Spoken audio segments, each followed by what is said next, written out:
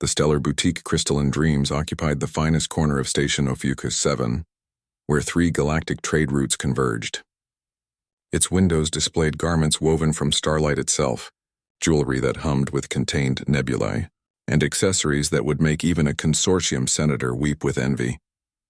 Alex pushed through the ornate doors with trembling hands, his worn maintenance jumpsuit a stark contrast to the gleaming interior. The chime announced his presence, a sound like distant supernovae, perfectly calibrated to welcome the wealthy. Behind the counter, a figure stirred.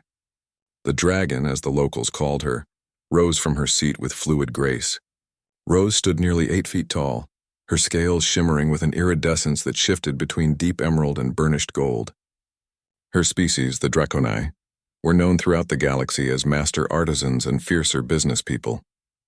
They remembered everything, forgot nothing, and forgave even less. "Welcome to Crystalline Dreams," Rose said, her voice carrying harmonics that made the very air vibrate. Her slitted amber eyes fixed on Alex, and recognition flickered across her reptilian features. "You," Alex flinched but didn't retreat. "I know I shouldn't be here. I know what I owe you.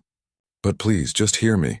17 years, Rose interrupted, moving around the counter with surprising speed.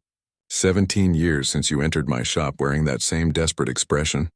The human father's shoulders sagged. His daughter Emily lay in the station's medical ward, suffering from Vorgin cascade syndrome, a rare condition that turned organs to crystalline structures. The only cure was a complete genetic resequencing, and the only place within 6 sectors that could perform it was here on Ophiuchus 7. The cost was astronomical. Alex had nothing. "I remember," Rose continued, her claws clicking against the polished floor. "A poor human maintenance worker entered my boutique. He had no credits, no collateral, no hope.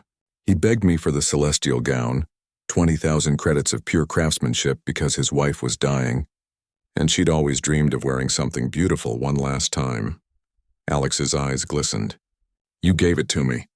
You told me to pay you when I could, but you disappeared," Rose said, her voice sharp as broken glass. "Humans are good at that, taking what they need and vanishing into the stellar winds. My wife died 3 days after wearing your gown," Alex whispered. "She looked like an angel. She smiled for the first time in months. Then she was gone, and I couldn't face you, couldn't face anyone. I took Emily and transferred to the outer mining colonies. We've been surviving barely, but now your daughter is dying of the same fate," Rose finished. Her massive head tilted, studying him. "And you've returned to the dragon's den, expecting mercy twice." Alex straightened his spine. "No, I'm here to offer you everything. I've saved 17,000 credits over 17 years. It's not enough, I know, but take it. Take my labor contract. I'll work for you until the debt is paid. 20 years, 30, whatever it takes, just... There's a regeneration pendant in your display case. Item 739. It costs 45,000 credits. It could save Emily." Rose was silent for a long moment. The boutique's ambient lighting seemed to dim, as if the station itself held its breath. "Do you know what my people say about humans?" Rose asked finally. "We say they're weak, short-lived, sentimental to the point of foolishness. They make promises they can't keep and have memories shorter than a solar flare." Alex nodded miserably. "I know. But we also say something else," Rose continued, moving to the display case. Her claws danced across the holographic interface, and the regeneration pendant, a swirling orb of contained healing energy, floated free. "We say that humans love with an intensity that burns hotter than any star, that they will sacrifice anything, endure anything, for those they cherish." She turned back to Alex, the pendant hovering between them. 17 years ago, I gave you that gown knowing I might never see payment. Do you know why?" Alex shook his head, confused. "Because your eyes held the same fire they hold now," Rose said softly. "The fire that says you would tear the galaxy apart for your family. My people respect strength, human. And there is no strength greater than love that endures beyond reason, beyond death itself." Rose placed the pendant in Alex's trembling hands. "Your daughter's life is not a transaction. Consider this, an investment. But the cost will be repaid when Emily recovers and you teach her the lesson you've learned," Rose interrupted. "That debts of honor span years, that shame can be faced, and that sometimes the bravest thing is returning to ask for help." Her scaled lips curved into something that might have been a smile. And perhaps in 30 years, when your daughter has children of her own, she might remember the dragon who helped her father twice.